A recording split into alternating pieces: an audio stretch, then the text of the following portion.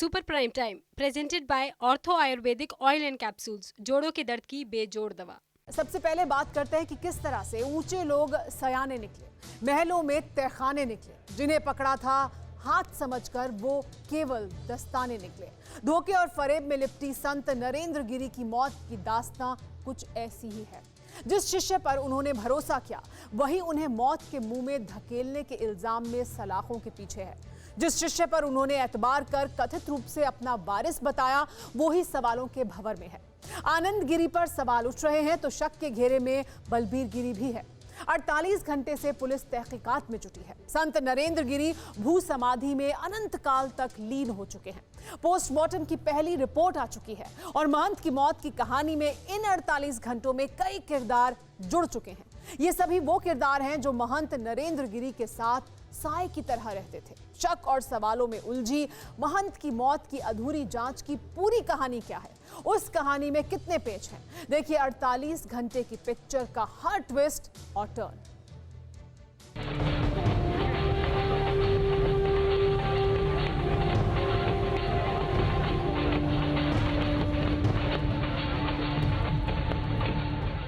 केसरिया कपड़ों में लिपटे महंत नरेंद्र गिरी जब अनंत यात्रा पर निकले तो दृश्य कुछ यूं भावुक था। निष्प्राण महंत को अपने कंधों से उतारा गया उस समाधि में जो नींबू के पेड़ के नीचे बनी थी। बाघंबरी मठ में चारों तरफ भगवाधारी संतों की फौज थी। महंत नरेंद्र गिरी की समाधि के लिए लंबा चौड़ा गड्ढा खोदा गया था। गड्ढे में दीवार के बीच छोटी सी एक जगह बनाई गई जहां महंत नरेंद्र गिरी को ब्रह्मलीन होना था। उनके पार्थिव शरीर को उतार दिया गया है भू समाधि के स्थल में, और बगल में हम देख रहे हैं कि वहां पर फल पुष्प नैवेद्य ये सब चीज़ें रखी हुई हैं। और अब ये फल पुष्प नैवेद्य वस्त्र ये कलावा, ये जितने भी पूजा पाठ के जितने भी हमारे शास्त्रीय चीज़ें हैं, इन सबके साथ में ये प्रक्रिया संपन्न की जा रही है। और पूरा ये जो आसपास का पूरा स्थल है वो भक्तों से खचाखच भरा हुआ है। और चारों ओर से जो निरंजनी अखाड़े के जो इस बाघंबरी गद्दी के जो संत हैं उन्होंने इस पूरे स्थल को चारों ओर से कवर किया हुआ है। संत परंपरा के मुताबिक समाधि स्थल को सिक्त किया गया। समाधि से पहले महंत के कपड़े बदले गए, शास्त्र के हिसाब से शरीर का श्रृंगार किया गया और फिर साधु संत और महंत गिरी के शिष्यों ने वैदिक मंत्रोच्चार और शिवोद्घोष के साथ उन्हें अंतिम विदाई दी। घुटना, कंधा या कमर, चाहे जैसा हो दर्द, डॉक्टर ऑर्थो आपको देता है दर्द से पूरी आजादी, एक भरपूर जिंदगी। ये कोई टेम्परेरी पेन किलर नहीं, आयुर्वेदिक औषधि है।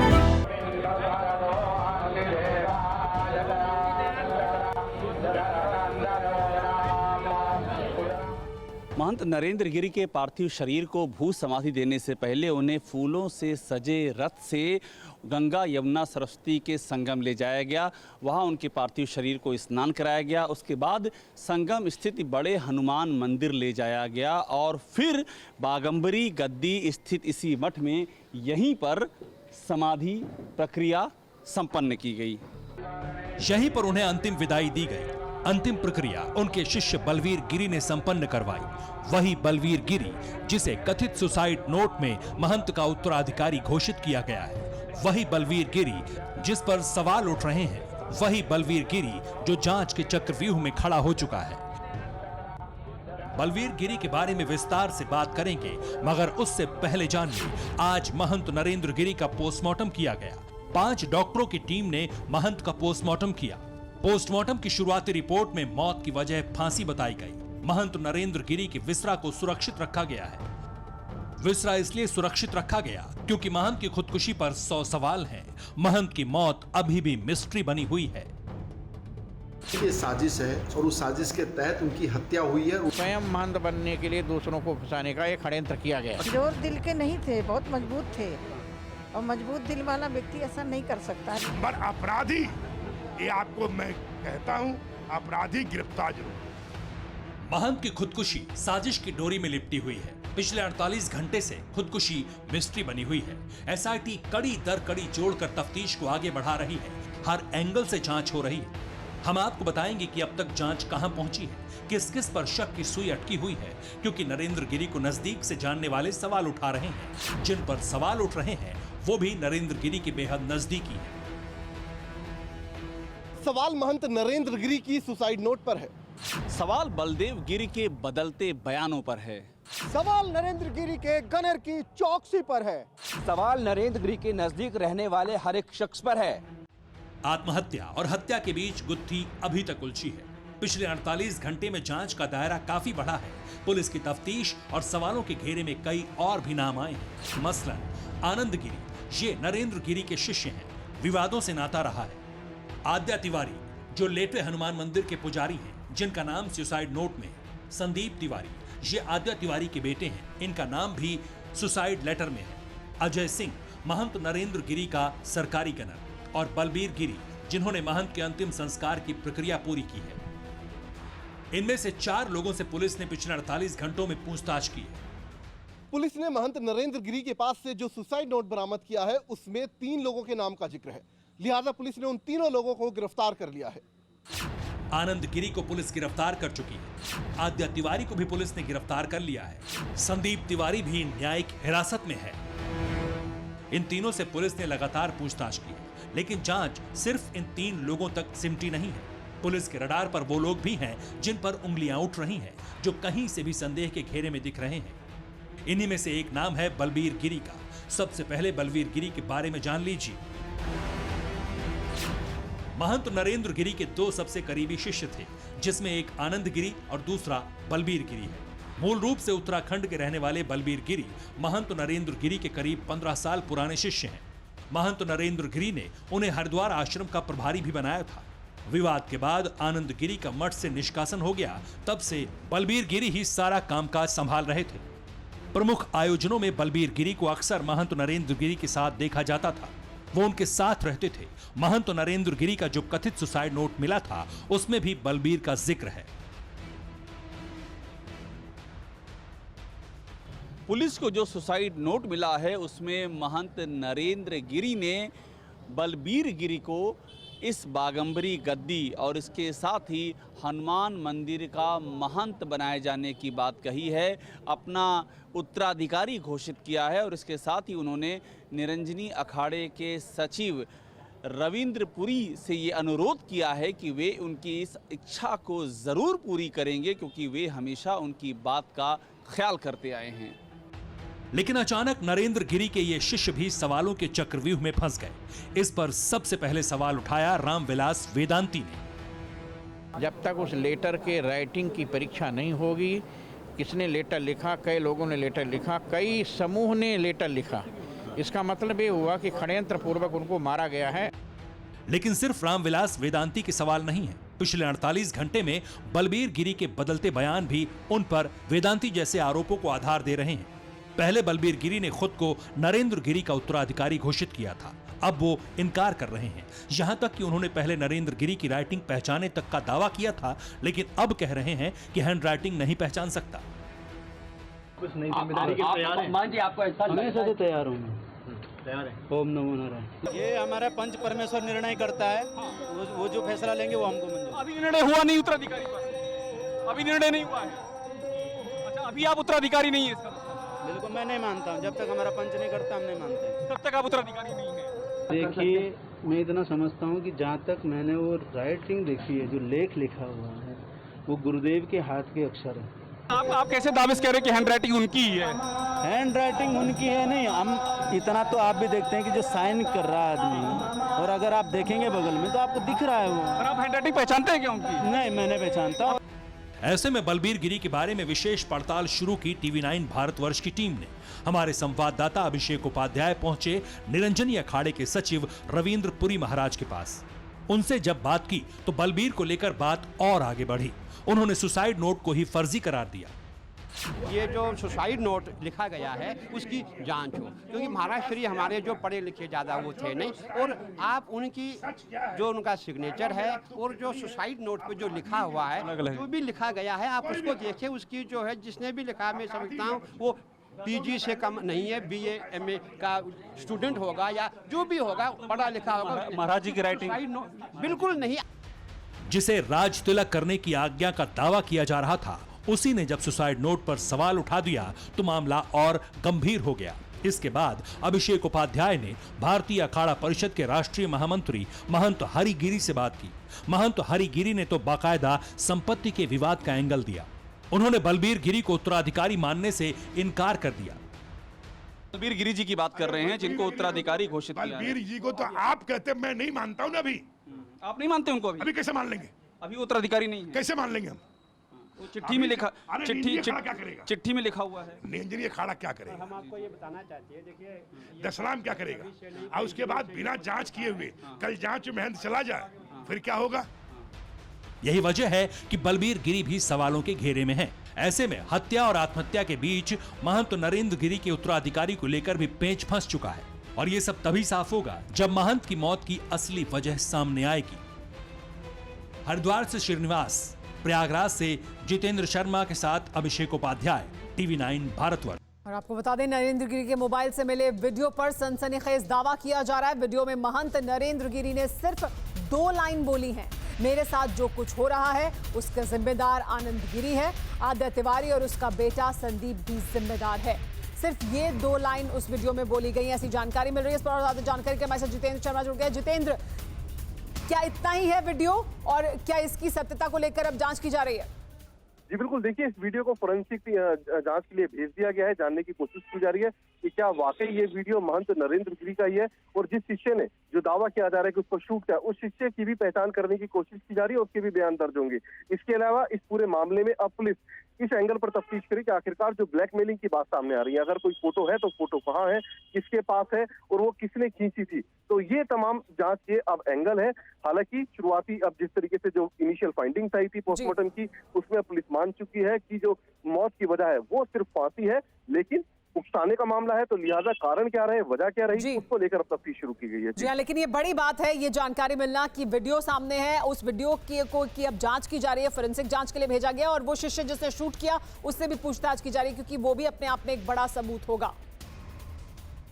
महंत नरेंद्र गिरी की संदिग्ध मौत का हाई प्रोफाइल मामला उत्तराधिकार, संपत्ति, ब्लैकमेलिंग और कई संदिग्ध चेहरों में उलझा है। लेकिन इसमें सबसे अहम चेहरा है आनंद गिरी का। ये वो शख्स है जिसके दिल में अंदर अभी बहुत कुछ दबा है, और पुलिस समेत हर कोई चाहता है कि वो दबे हुए राज इसी शख्स की जुबान से बाहर आए। लेकिन क्या ये मुमकिन है? क्या इस केस से उनके गहरे ताल्लुक पर पड़ा पर्दा हटेगा? सवाल इसलिए उठ रहे हैं क्योंकि विलासी जीवन से घिरे एक भगवाधारी संत के जीवन का सच जानने के लिए पुलिस ने 12 घंटे तक मेहनत की, और जो हासिल हुआ वो क्या था? देखिए केस की धुरी क्यों है आनंद गिरी। घुटना, कंधा या कमर, चाहे जैसा हो दर्द, डॉक्टर ऑर्थो आपको देता है दर्द से पूरी आजादी, एक भरपूर जिंदगी। ये कोई टेम्परेरी पेन किलर नहीं, आयुर्वेदिक औषधि है।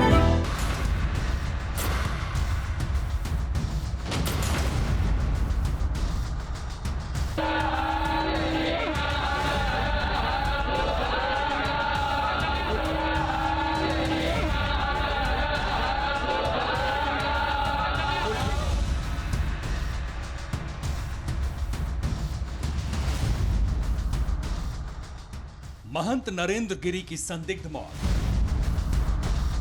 तीसरे दिन भू समाधि।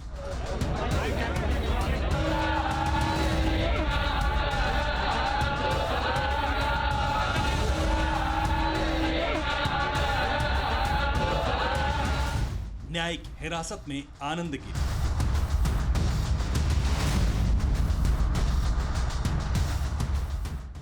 यही चेहरा भारत में इस वक्त सबसे हाई प्रोफाइल केस का केंद्र है। इसी चेहरे का अपने गुरु महंत नरेंद्र गिरी की मौत से कनेक्शन जोड़ा जा रहा है।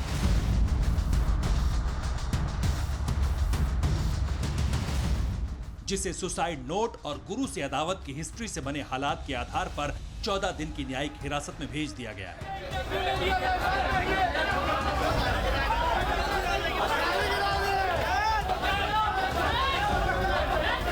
लेकिन दावा किया जा रहा है कि आरोपों में घिरे कथित संत आनंद गिरी ने पुलिस की पूछताछ में अपने रुख में जरा भी बदलाव महसूस नहीं होने दिया, जबकि ये वही शख्स है जो इस high profile death mystery case में सबके टारगेट पर है। आनंद गिरी को आज 14 दिनों की न्यायिक हिरासत में भेज दिया गया, लेकिन कोर्ट में पेश करने से पहले करीब 12 घंटे तक आनंद गिरी से लगातार पूछताछ की गई। अपने रुख पर अड़े आनंद गिरी को तोड़ने की भरसक कोशिश की गई।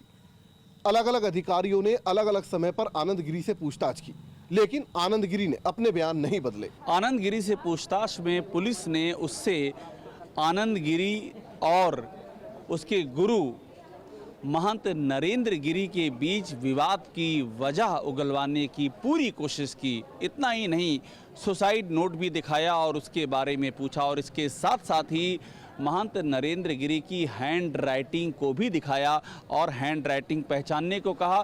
पुलिस अपनी कोशिश में कितनी कामयाब हो पाई, इसका खुलासा अभी नहीं हो सका है।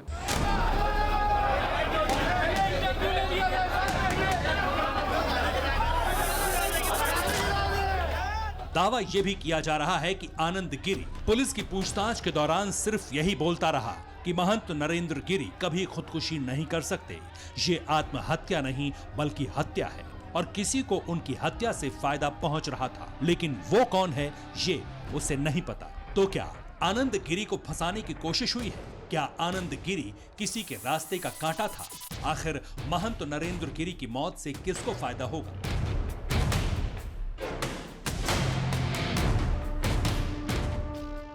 इन सभी सवालों का जवाब पुलिस भी तलाश रही है, लेकिन प्राथमिक साक्ष्य आनंद गिरी के खिलाफ है। इसलिए कानून के दायरे में आनंद गिरी को 14 दिन न्यायिक हिरासत में गुजारने पड़ेंगे और पुलिस आनंद गिरी से पूछताछ में हासिल हुई जानकारी के आधार पर तफ्तीश शुरू करेगी। आनंद गिरी के बयान से दीगर भी है। पुलिस उस सच को तलाशने की कोशिश करेगी जिससे महंत नरेंद्र गिरी के शिष्य पर शिकंजा कसता जाएगा।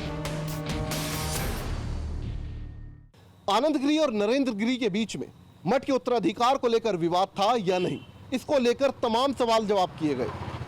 साथ ही आनंद गिरी से कई और चीजें जानने की कोशिश की गई, लेकिन आनंद गिरी ने उतना ही जवाब दिया जितना उनके बारे में दुनिया जानती है। आनंद गिरी ने किसी भी सवाल का सीधे जवाब नहीं दिया। सूत्र बता रहे हैं कि आनंद गिरी ने पूछताछ के दौरान उत्तराधिकार पर पूछे गए पुलिस के सवालों का जवाब कुछ इस तरह से दिया है ताकि वो किसी बात पर फंसे नहीं, और इसके साथ ही उसने पुलिस के तर्क का जवाब देते हुए यह भी कहा है कि वह हनुमान मंदिर तब तक नहीं गया जब तक कि उसके गुरु महंत नरेंद्र गिरी ने उसे माफ नहीं कर दिया।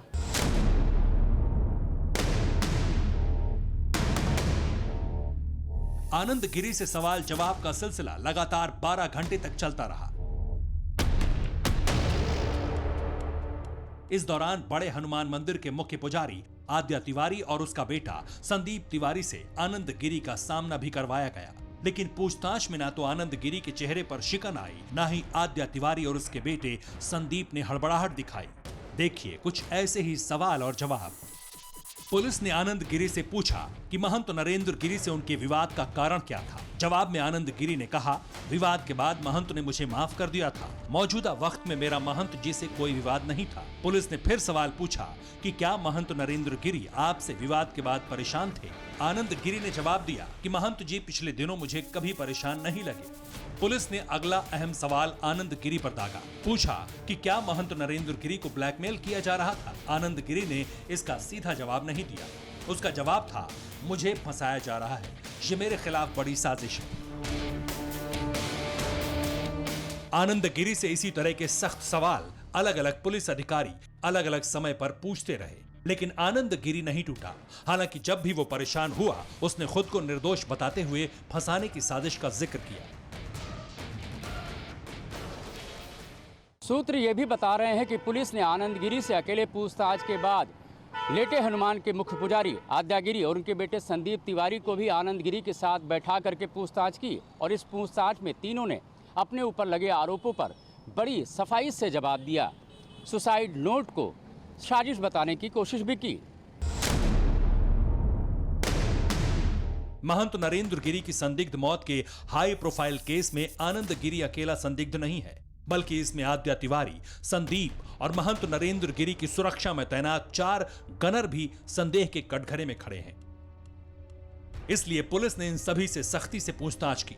आनंद गिरी के साथ आद्या तिवारी और संदीप तिवारी को बिठाकर पुलिस ने जो सवाल पूछे वो भी समझिए।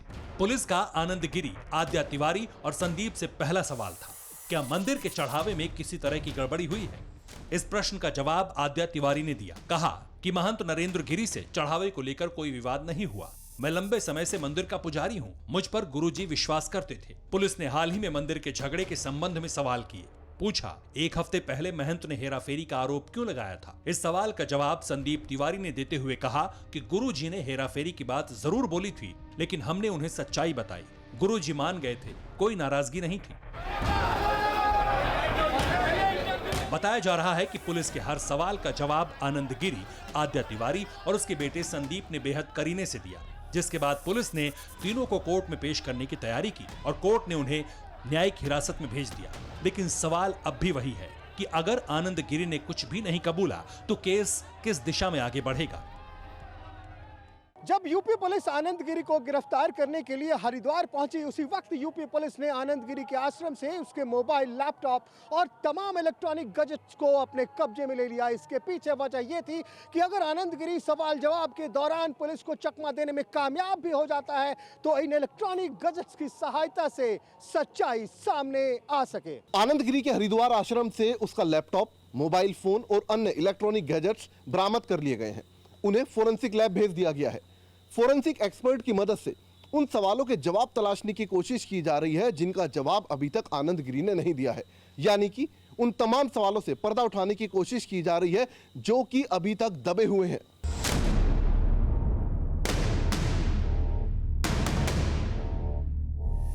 हालांकि इस हाई प्रोफाइल केस में पुलिस के रडार पर सिर्फ यही 3 चेहरे नहीं हैं, बल्कि कई और ऐसे चेहरे हैं जो महंत नरेंद्र गिरी की संदिग्ध मौत के इर्द गिर्द घूम रहे हैं।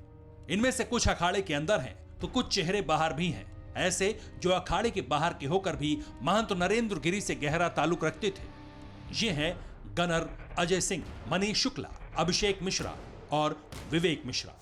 ये चारों नाम महंत नरेंद्र गिरी के बेहद करीब रहने वाले लोगों के हैं, क्योंकि यही चारों शख्स नरेंद्र गिरी की सुरक्षा में तैनात रहते थे। लेकिन अब सवालों के घेरे में है, और वो सिर्फ इसलिए क्योंकि जिस वक्त घटना घटी कोई भी गनर उनके कमरे के बाहर तैनात नहीं था। महंत नरेंद्र गिरी को वाई कैटेगरी की सुरक्षा प्राप्त थी। नियमों के मुताबिक इस कैटेगरी के तहत 11 जवानों की ड्यूटी होती है और 8-8 घंटे की ये जवान ड्यूटी करते हैं। इतना ही नहीं, महंत के सोने या आराम करने के वक्त उनके कमरे के बाहर एक सुरक्षा गार्ड तैनात होता है, लेकिन जिस समय उनकी मौत हुई वहां पर कोई भी मौजूद नहीं था। महंत नरेंद्र गिरी के जो गनर्स हैं वो भी जांच के दायरे में आ चुके हैं। लगातार प्रयागराज पुलिस उनसे भी पूछताछ कर रही है। सूत्रों के मुताबिक गनर्स ने कबूल किया है कि जिस वक्त महंत नरेंद्र गिरी आराम किया करते थे उस वक्त वो गनर्स को अपने पास से दूर कर दिया करते थे। यानी जिस वक्त ये घटना घटी गनर्स उनके पास मौजूद नहीं थे। अपनी इसी लापरवाही के कारण आज ये गनर्स कटघरे में खड़े हैं। घुटना, कंधा या कमर, चाहे जैसा हो दर्द, डॉक्टर ऑर्थो आपको देता है दर्द से पूरी आजादी, एक भरपूर जिंदगी। ये कोई टेम्परेरी पेन किलर नहीं, आयुर्वेदिक औषधि है।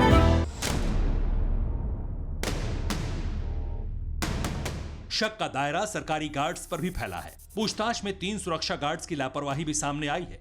संदेह सबसे ज्यादा गनर अजय सिंह पर गहरा रहा है, क्योंकि इस गनर का नाम आनंद गिरी के बयान में आ चुका है। लेकिन आनंद गिरी के विलासी बैकग्राउंड और सन्यासी जीवन में भी सांसारिक सुविधाओं की लालसा वाली छवि अब भी सबसे बड़े आरोपी के रूप में उसी को खड़ा करती है।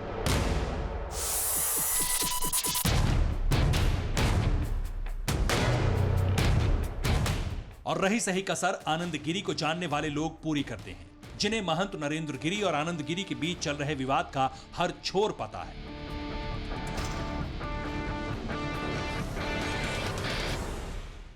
ये जो तमाम बातें आ रही हैं इस तरह की जिसमें उनके सिर्फ आनंद गिरी की बात की जा रही है, आनंद गिरी को आप कितना जानते हैं? आनंद गिरी को तो मैं बचपन से जानता हूँ। 2000 में राजस्थान से भीलवाड़ा के रहने वाले हैं और 2000 में नरेंद्र गिरी जब महंत थे तब उन्होंने दीक्षा ली थी और 2004 में अपने बहन जी के साथ, बहन जी प्रयागराज मठ बाघमरी गद्दी के महंत बने, उनके साथ वहाँ चले गए। तो वहीं उन्होंने थोड़ा पढ़ाई लिखाई की, इंग्लिश सीखी, जिससे कथा सीख गए थे। फिर विदेशों में भी जाने लग गए। धीरे धीरे कथा का थोड़ा अच्छा हो गया था।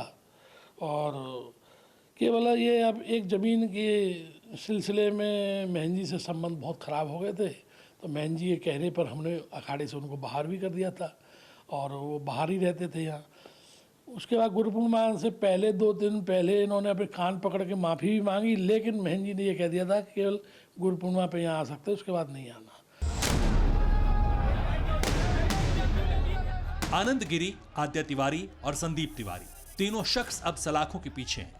मौके पर मिले सुसाइड नोट के आधार पर तीनों मुख्य आरोपी हैं, लेकिन आनंद गिरी का संबंध इस केस में संपत्ति और उत्तराधिकार से भी जुड़ा है। इसलिए एक विलासी जीवन जीने वाले संत के रूप में सभी उंगलियां उन्हीं की तरफ उठ रही हैं और एसआईटी इस केस की जांच कर रही है। उम्मीद है कि जल्द ही सच्चाई से पर्दा उठेगा। हरिद्वार से श्रीनिवास, प्रयागराज से अभिषेक उपाध्याय, जितेंद्र शर्मा और उमेश पाठक के साथ ब्यूरो रिपोर्ट, TV9 भारतवर्ष। चीन और पाकिस्तान को शॉक का दूसरा डोज देने के लिए प्रधानमंत्री मोदी अमेरिका रवाना हो चुके हैं। जो बाइडेन के राष्ट्रपति बनने के बाद से ही पाकिस्तान में भारत और अमेरिका के रिश्ते को लेकर तरह तरह के कयास लगाए जा रहे थे, लेकिन अब तस्वीर साफ हो चुकी है।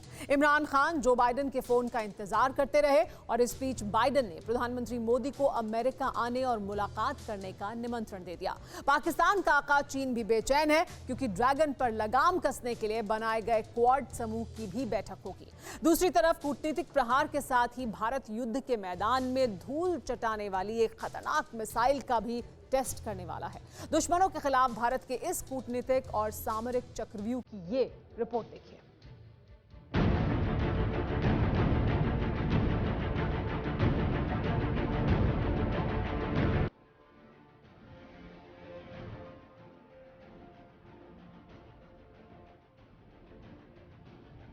हिंदुस्तान के बहुत बड़े कूटनीतिक मिशन की शुरुआत हो चुकी है। प्रधानमंत्री मोदी का विशेष विमान देश की सरहद के पार हो चुका है और हिंदुस्तान के 2 पड़ोसी देशों में खलबली मच गई है। अब अगले कुछ दिनों तक ना तो चीन के राष्ट्रपति शी जिनपिंग को चैन की नींद आएगी और ना इमरान खान आराम कर सकेंगे। चीन और पाकिस्तान की जोड़ी को काबू में रखने के लिए जो चौकड़ी बनाई गई है,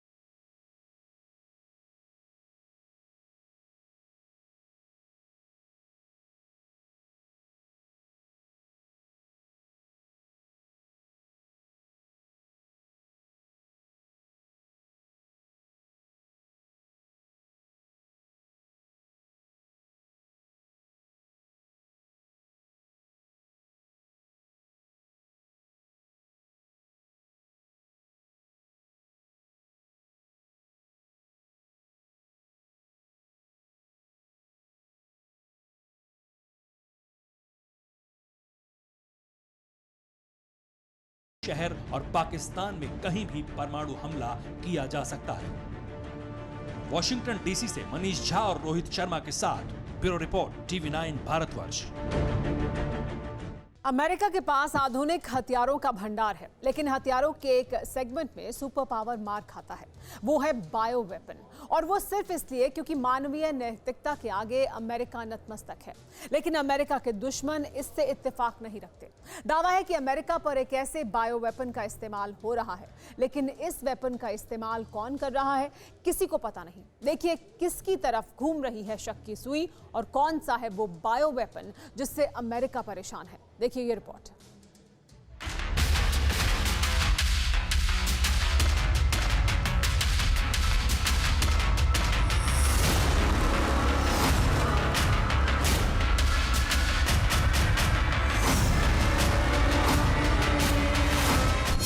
बायो वेपन लेटेस्ट केस, निशाने पर सुपर पावर देश।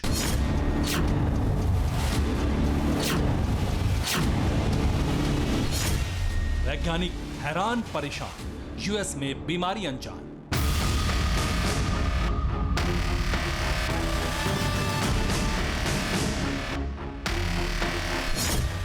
अमेरिकी राजदूत टारगेट, लेजर गन से हुआ अटैक।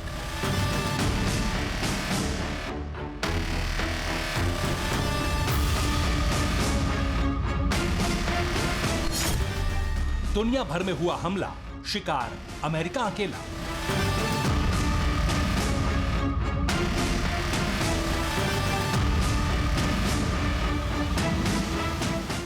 अमेरिका ताकतवर है, उसे सेना, बारूद, आधुनिक हथियार और तकनीक के दम पर नहीं हराया जा सकता। ये बात पूरी दुनिया जानती है। इसलिए अमेरिका के दुश्मन एक ऐसे हथियार की तलाश में हैं जिससे अमेरिका को अंदर ही अंदर खोखला कर दिया जाए। और इस तरह के निशानेबाजी में सबसे आसान हमलावर हथियार है बायो वेपन। तो क्या अमेरिका जैव हमले का शिकार हो रहा है? क्या अमेरिका के खिलाफ अघोषित जंग छिड़ी है, या कोई खास दुश्मन अमेरिका पर हमला कर रहा है?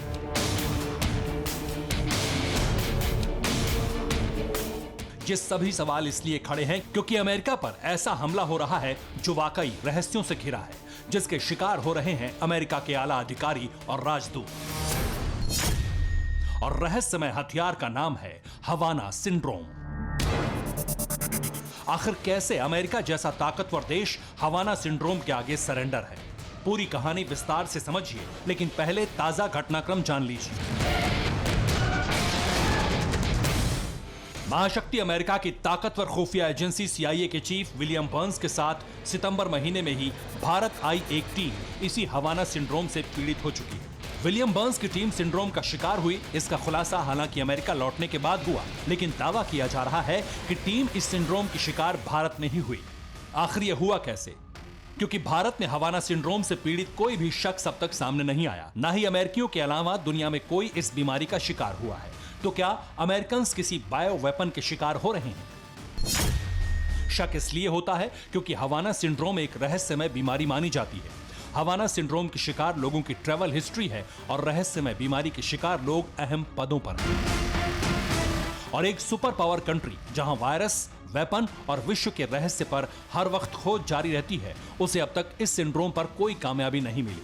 इसलिए माना जा रहा है कि ये एक ऐसा जैव हथियार है जिसे अमेरिका के खिलाफ इस्तेमाल किया जा रहा है। लेकिन इस हथियार का इस्तेमाल कर कौन रहा है?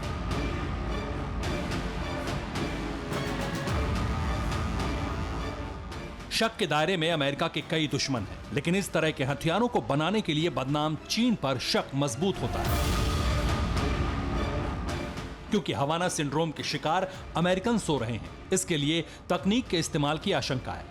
दावे के तहत हवाना सिंड्रोम लेजर गन से इंजेक्ट किया जा रहा है, और अमेरिकी अधिकारियों के पीछे लगे चीनी जासूस इस काम में माहिर माने जाते हैं। इसलिए परेशान अमेरिका इस रहस्यमय हवाना सिंड्रोम को लेकर चीन पर आंखें तरेर रहा है। शक इसलिए है क्योंकि हवाना सिंड्रोम के ज्यादातर शिकार अमेरिकी राजदूत हैं। ऑस्ट्रेलिया में अमेरिकी राजदूत इस सिंड्रोम के शिकार हुए। ऑस्ट्रिया, कोलंबिया, रूस में भी अमेरिकी इसके शिकार हुए।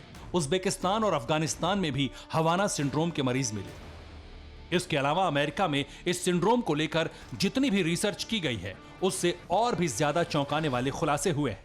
रिसर्च में पाया गया कि जिस तरह के लक्षण इस बीमारी के हैं वो किसी पावर सोर्स से हमले का इशारा करते हैं। लेकिन सवाल यह है कि अमेरिका हवाना सिंड्रोम का कोई पुख्ता इलाज क्यों नहीं खोज सका।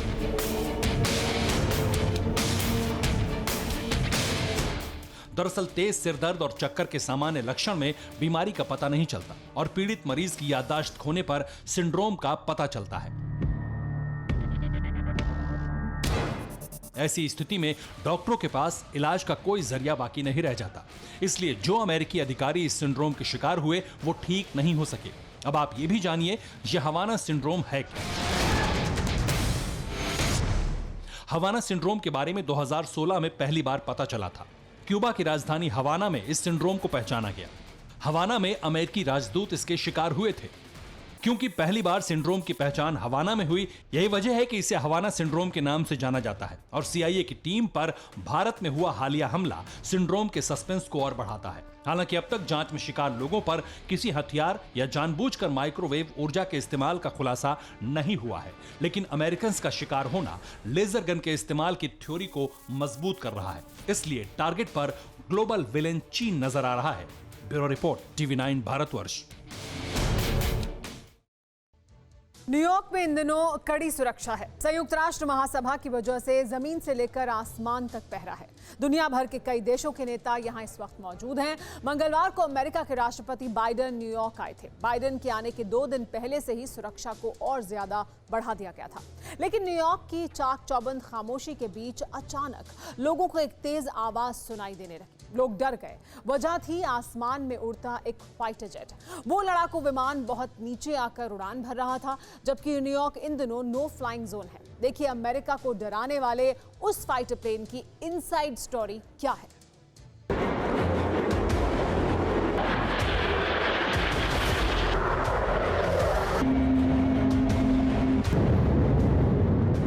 लगा जैसे आसमान में कोई बम फट गया।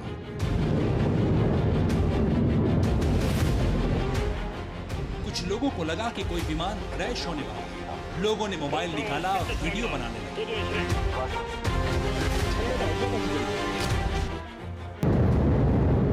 आसमान से आने वाली आवाज इतनी तेज थी कि कार में लगे अलार्म तक बजने लगे।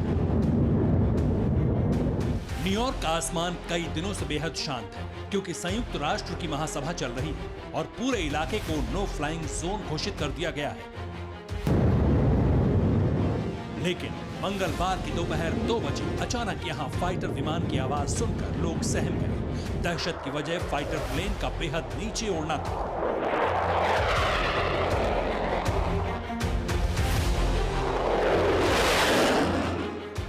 ये अमेरिकी वायुसेना का F-16 फाइटर जेट था। ये विमान अचानक तेजी से नीचे आया और चक्कर काटने लगा।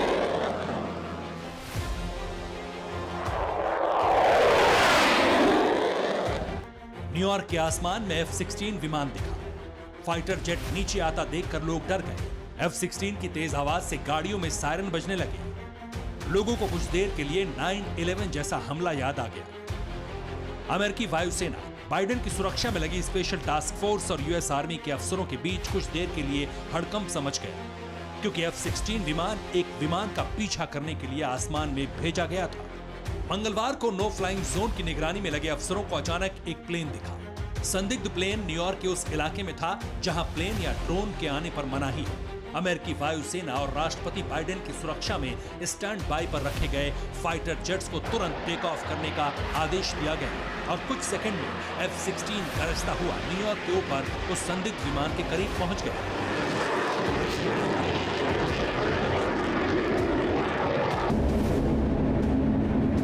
आसमान से जिस वक्त खतरे का सिग्नल आया उस समय दुनिया के सबसे हाई सिक्योरिटी जोन में रहने वाले अमेरिका के राष्ट्रपति जो बाइडेन भी न्यूयॉर्क में मौजूद थे।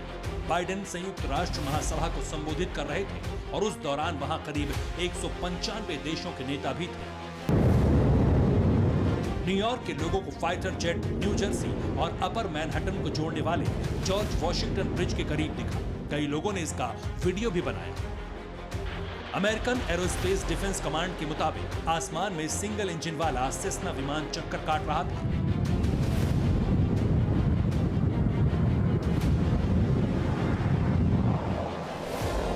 फाइटर जेट ने विमान को नो फ्लाइंग जोन के बाहर खदेड़ दिया और आधे घंटे बाद प्लेन की सेफ लैंडिंग हो गई। सूत्रों के मुताबिक विमान अमेरिकी सैन्य अकेडमी का था और विमान को सेना का एक पायलट उड़ा रहा था। प्लेन ने जॉर्ज वॉशिंगटन ब्रिज के पास कुछ देर के लिए टेम्पररी नो फ्लाइंग जोन का उल्लंघन किया।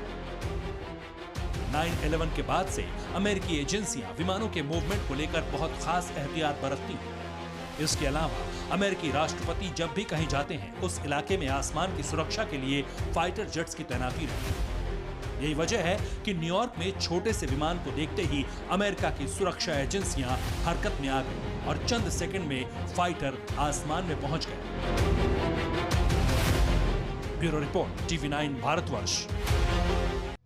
संयुक्त राष्ट्र महासभा के अधिवेशन की शुरुआत के साथ ही न्यूयॉर्क में कोरोना का खतरा बढ़ गया है। ब्राजील के स्वास्थ्य मंत्री कोरोना पॉजिटिव पाए गए हैं। वो प्रेसिडेंट जायर बोल्सोनारो के साथ यूएन के अधिवेशन में शामिल होने के लिए वहां पहुंचे थे।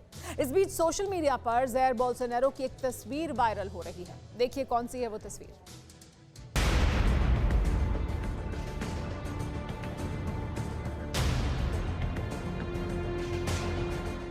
ये तस्वीर देखिए और बार बार देखिए। ये तस्वीर इसलिए देखिए क्योंकि बहुत विशेष है। इसमें दिखने वाला हर शख्स बहुत खास है, लेकिन सबसे खास है बाएं से खड़ा तीसरा शख्स और उसके हाथ का पिज्जा।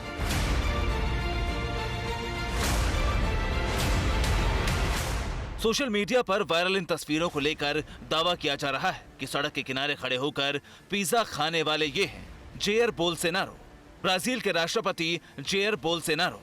दावा यह भी किया जा रहा है कि न्यूयॉर्क में सड़क किनारे होकर जेयर बोल्सोनारो पिज्जा खा रहे हैं। बताते हैं कि ऐसा इन्होंने शौक से नहीं बल्कि मजबूरी में किया है। सवाल है कि क्या सही में ब्राजील के राष्ट्रपति ने सड़क के किनारे खड़े होकर पिज्जा खाया? किस मजबूरी में बोल्सोनारो को न्यूयॉर्क में सड़क किनारे पिज्जा खाना पड़ा? ये तस्वीर ऐसे वक्त में वायरल हो रही है जबकि संयुक्त राष्ट्र का अधिवेशन चल रहा है। ब्राजील के राष्ट्रपति बोल्सोनारो अपने प्रतिनिधिमंडल के साथ न्यूयॉर्क पहुंचे हुए हैं। उन्होंने वहां पर स्पीच दी है। बेलैस, बेपरवाह और बिंदास अंदाज के लिए विख्यात बोल्सोनारो की इस तस्वीर की हकीकत जानने के लिए हमने पड़ताल की। फिर जो पता चला वो चौंकाने वाला था। चौंकाने वाला इसलिए था क्योंकि ये तस्वीर 100% सही है। ब्लैक पैंट और गहरे पीले रंग की शर्ट पहने ये बोल्सोनारो ही है और ये तस्वीर न्यूयॉर्क की है। संयुक्त राष्ट्र की सभा में शामिल होने के लिए पहुंचे जेयर बोल्सोनारो न्यूयॉर्क पहुंचे हैं। पहली रात उन्हें किसी भी रेस्टोरेंट में एंट्री नहीं मिली, लिहाजा उन्हें बाहर ही पिज्जा खाकर रात बितानी पड़ी। बोल्सोनारो को रेस्टोरेंट में एंट्री इसलिए नहीं मिली क्योंकि उन्होंने अभी तक वैक्सीन नहीं ली है। न्यूयॉर्क के रेस्टोरेंट में बिना कोविड टीकाकरण के प्रमाण के अंदर आने की अनुमति नहीं है। इसीलिए अपने मुल्क में बिना मास्क सड़क पर घूमने वाले बोल्सोनारो को न्यूयॉर्क में सड़क किनारे पिज्जा खाना पड़ा।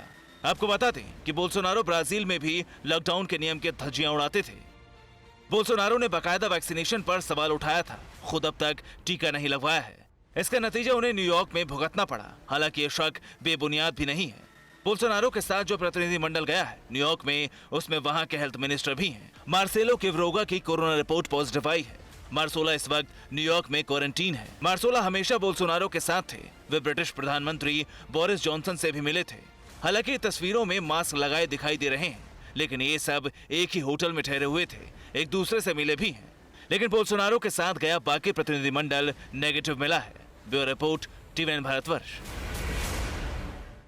तालिबान में सत्ता का संघर्ष बढ़ता जा रहा है। सिराजुद्दीन हक्कानी और मुल्ला याकूब के बीच झड़प की खबर है।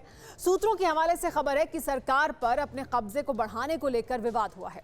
आपस में संघर्ष की हालत यह है कि फिर से काबुल में सत्ता हथियाने के लिए जंग जैसी स्थिति बन गई है।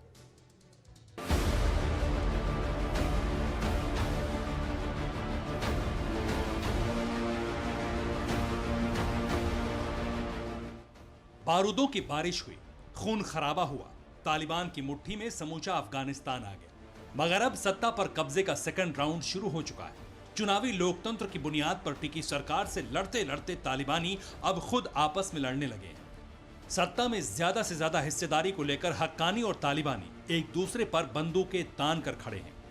सूत्रों के हवाले से खबर यह है कि बेहिसाब महत्वाकांक्षा की वजह से गृह मंत्री और रक्षा मंत्री दोनों एक दूसरे पर आरोपों की बौछार कर रहे हैं। बताया तो यहां तक जा रहा है कि रक्षा मंत्री मुल्ला मोहम्मद याकूब और गृह मंत्री सिराजुद्दीन हक्कानी में जबरदस्त झगड़ा हुआ है। मुल्ला याकूब तालिबान शासन में अफगानिस्तान का रक्षा मंत्री है। तालिबान के संस्थापक मुल्ला मोहम्मद उमर का बेटा है मुल्ला उमर याकूब। मुल्ला उमर की मौत के बाद उसका बेटा याकूब तालिबान में एक्टिव हुआ। याकूब तालिबान की मौजूदा लीडरशिप में सबसे नरमपंथी रवैये वाला नेता माना जाता है। मुल्ला याकूब होतक जनजाति के तोमजी कबीले से है। मुल्ला याकूब कंधार का रहने वाला है, लेकिन 2001 में अमेरिकी हमले के बाद पेशावर में ISI के संरक्षण में भी रहा है। लिहाजा अफगानिस्तान पर तालिबान का शासन आते ही मुल्ला याकूब अपनी ज्यादा से ज्यादा हिस्सेदारी का दावा करता है। मुल्क को अपने हिसाब से चलाने की कोशिश करता है। जिस रक्षा मंत्री के पद पर वो है, उसको लेकर भी हक्कानी नेटवर्क से उसका विवाद हुआ था, लेकिन रक्षा मंत्रालय उसे मिल गया। मगर सूत्र बताते हैं कि अफगानिस्तान में ISI की दखल को लेकर अब दोनों में ठन गई है। ऐसा इसलिए है क्योंकि पाकिस्तान के उत्तर वजीरिस्तान में हक्कानी नेटवर्क का बेस है, जहां उसकी समानांतर सरकार चलती है। अफगानिस्तान के पूर्वी हिस्से में भी इसका प्रभाव काफी ज्यादा है। सूत्र बताते हैं कि हक्कानी नेटवर्क को गल्फ कंट्री और पाकिस्तान से फंडिंग होती है। बताते हैं कि पैसों के लिए हक्कानी नेटवर्क किडनैपिंग भी करता है, इसलिए हक्कानी ISI के हाथों की कठपुतली है। सूत्रों का दावा है कि काबुल में हक्कानी नेटवर्क के आतंकियों के जरिए पाकिस्तानी खुफिया एजेंसी ISI अपनी चाल चल रही है। ये मुल्ला याकूब को बर्दाश्त नहीं है। तालिबान सरकार में रक्षा मंत्री मुल्ला याकूब के नेतृत्व वाला कंधारी गुट पाकिस्तानी खुफिया एजेंसी ISI से कोई इत्तेफाक नहीं चाहता। यही वजह है कि मुल्ला याकूब और हक्कानी में जबरदस्त तनाव है। काबुल पूरी तरह से हक्कानी के कब्जे में आ चुका है, लेकिन काबुल में हक्कानी गुट को तख्ता पलट का डर भी सता रहा है। यही वजह है कि काबुल में हक्कानी ग्रुप ने 9000 खतरनाक हथियारों से लैस आतंकी तैनात किए हैं। लेकिन मुल्ला याकूब और सिराजुद्दीन हक्कानी में जिस तरह विवाद बढ़ चुका है, उससे नुकसान तालिबान का भी हो रहा है और अफगानिस्तान का भी। Bureau report, TV9 Bharatvarsh. और अब हिंदुस्तान के दुश्मनों को खबरदार करने वाली खबर। हिंदुस्तान की सेना इन दिनों एशिया की सबसे बड़ी फायरिंग रेंज में युद्ध अभ्यास कर रही है। ये वॉर प्रैक्टिस पाकिस्तान की सीमा से महज 60 किलोमीटर की दूरी पर हो रहा है। यहाँ दुश्मनों को बैटल ग्राउंड में हराने और छकाने का अभ्यास चल रहा है। टैंक, तोप, हेलीकॉप्टर, हर तरह के ऑपरेशन को अंजाम देने की रणनीति बनाने और उसे 100% कामयाब करने की प्रैक्टिस चल रही है। रेगिस्तान में कैसे बरस रहे हैं हिंद के बारूदी शोले, हमारे संवाददाता जितेश जेठानंदानी की ये ग्राउंड रिपोर्ट देखिए।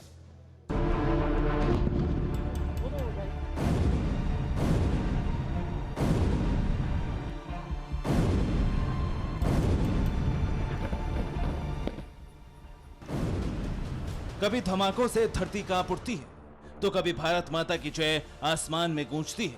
ये युद्ध भूमि नहीं, लेकिन अभी ये इलाका युद्ध के मैदान से कम भी नजर नहीं आ रहा।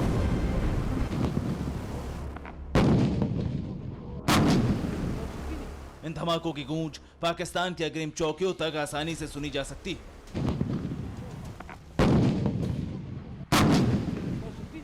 रेतीले मैदान में कांटों की झाड़ियों के बीच इन दिनों हिंदुस्तान की फौज खुद को तपा रही है, ताकि युद्ध के मैदान में वतन की सुरक्षा सुनिश्चित हो सके। एशिया के सबसे बड़े फील्ड फायरिंग रेंज में युद्ध अभ्यास चल रहा है और सेना के जवान अपना दमखम दिखा रहे हैं।